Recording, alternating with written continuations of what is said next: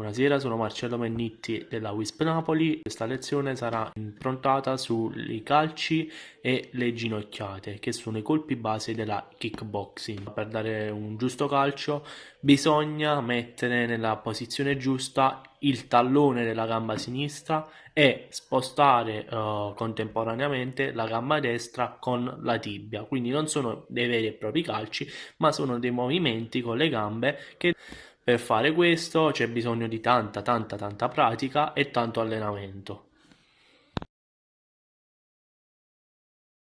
Per effettuare un buon calcio bisogna sempre assumere la posizione della guardia, quindi sempre mano destra vicino al mento e mano sinistra sempre in posizione in difesa del mento.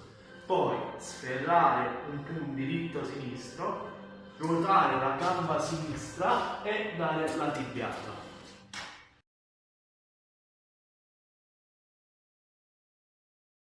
Per il movimento della gamba sinistra, per ruotarlo, dobbiamo alzare leggermente il tallone e piegarlo dall'altro lato.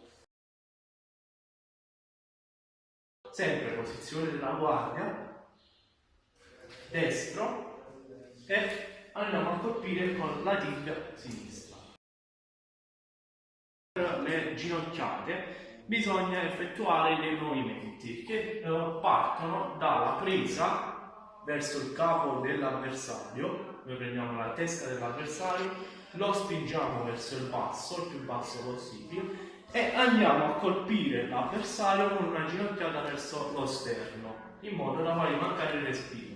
Una cosa molto importante quando andiamo a effettuare la ginocchiata è la posizione del capo avversario, che deve essere preso proprio qui verso la parte più bassa del capo, e la ginocchiata. La ginocchiata va effettuata sempre alzato il piede con la punta e andare a prendere l'avversario.